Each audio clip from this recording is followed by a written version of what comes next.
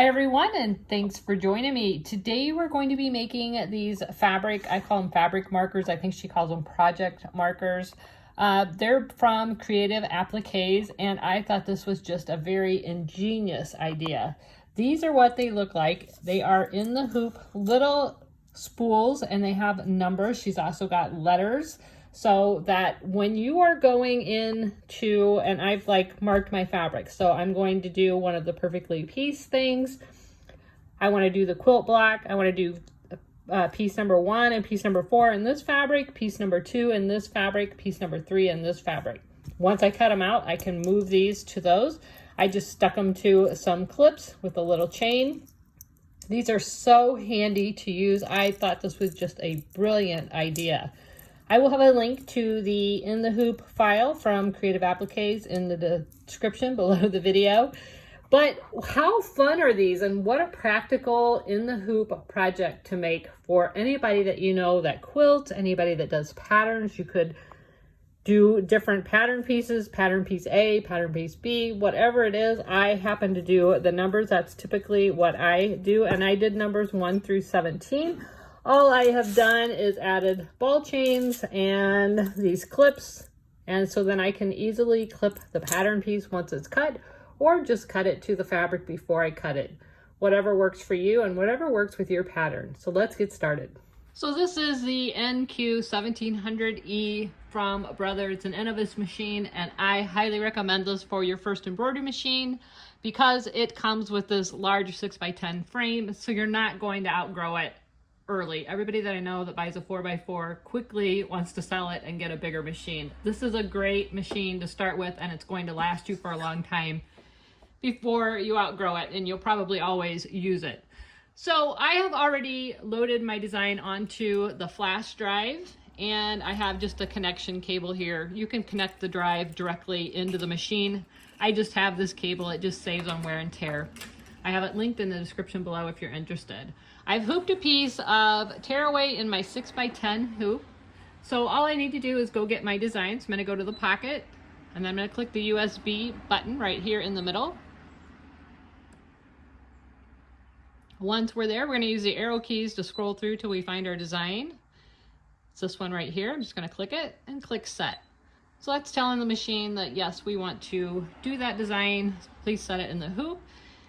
It is 9.66 by 5.15, so it's going to fit in my 10x6 frame just fine. So the machine already knows what hoop I have in there. You can see right here, it's using the largest hoop that's available. And I'm going to click Edit End. If you want to go in and change colors for any reason, you could. I am doing everything, stitching it all in white, so I'm not going to worry about that. So I'm going to hit Edit End, and then you just click Embroidery. You can see this design is going to take 21 minutes. The first thing it's going to do is the placement stitch, which is going to tell us where to put our materials. I'm going to pull this machine forward just a little bit. I want to make sure that I have room for the clearance. When it gets down in here, the hoop's going to push to the back, and I don't want it to hit the wall. So we've got plenty of clearance. We're ready to go. All I have to do is put the foot down, the presser foot down. And once we have the green button, we're good to go. So I'm going to go ahead and do the placement stitch. Hopefully you can see that I am doing it all in white.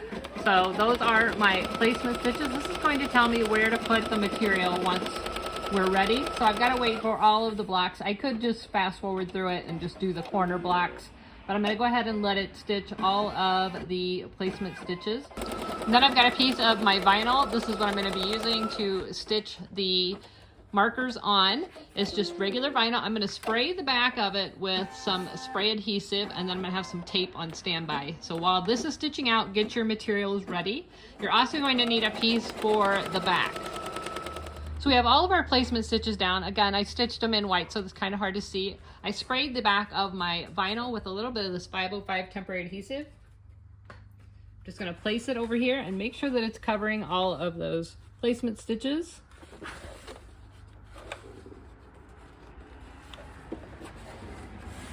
And if you want, you can use a little bit of tape. I'm going to make sure these edges are taped so they don't catch on the machine. I'm just going to tape those corners down.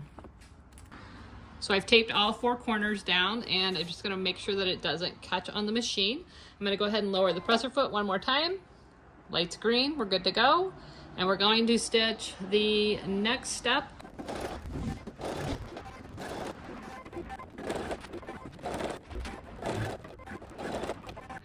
Step number 3 is to stitch the numbers. It's going to take about 8 minutes, and we don't have to do anything else. Just go ahead and start the machine again.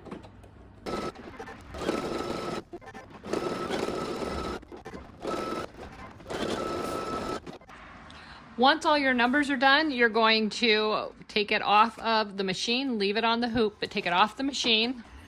You're going to flip it over, and you're going to put your backing on here. I'm going to use a piece of white felt. Again, I'm going to use the spray adhesive and maybe a little bit of tape and cover up all of these stitches with a piece of felt. You can also use vinyl on the back.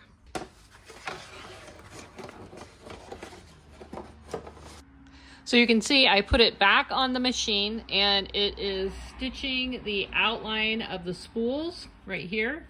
And that is stitching the 2 pieces of fabric together. It's also going to stitch the eyelet for the hole. So that's your final step. Go ahead and finish that, and then you can take it off the machine. So when you're all done, you want to take some time and just go through, cut off any strings or jump stitches. The nice thing about the NQ 1700E is that it cuts all of your jump stitches, so there's not a lot of that, but you might have some leads or just tails that you need to trim up. Go ahead and do that. I like to do that before I take it out of the frame. It just makes it easy to maneuver. And then you can go ahead and take it out.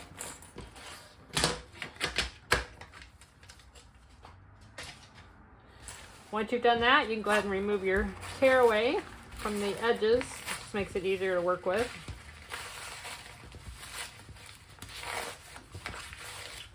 And the rest of this is pretty simple.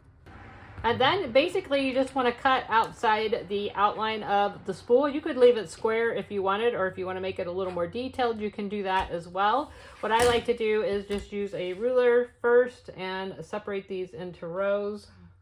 Again, just to make it easier to work with.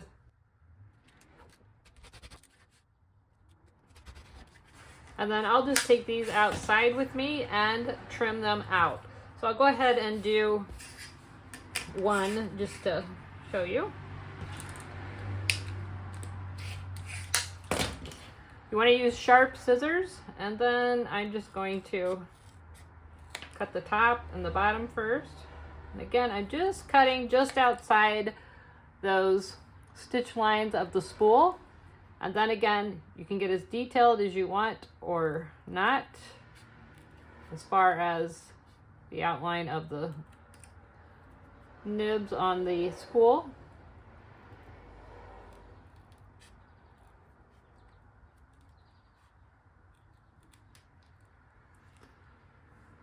So there we go. And then all I have to do is punch a hole in the middle. You could use a crocodile, you could use a hole punch, whatever means you have available to you. Make sure when you're cutting that you keep your scissors straight up and down. Again, I did the felt on the back. There's this thread I missed. I did the felt on the back, but you could do vinyl on the back if you wanted. I just thought that would be a little bit easier to punch. So I'm going to go ahead and cut the rest of these out. So once again, here's another look at the finished project. I think these are brilliant. This is such an easy way to stay organized when you are sewing pattern pieces together or sewing quilt blocks together. Whatever it is, you can keep track of which piece goes with which fabric. You can clip it on to just about anything, whether it's vinyl, whether it's fabric, whether it's paper. You could use these for paper projects, not just sewing and quilting and in the hoop and embroidery. You could use these for so many different things to keep things organized. These binder clips make it so easy to just clip them on to whatever project you're working on.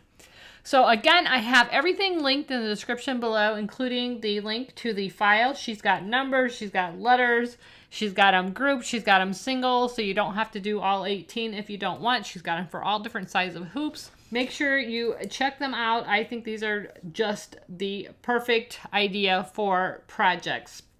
I hope you enjoyed this video. If you did, please like, subscribe, and share. Don't forget to click that bell so that you're notified every time there's a new video.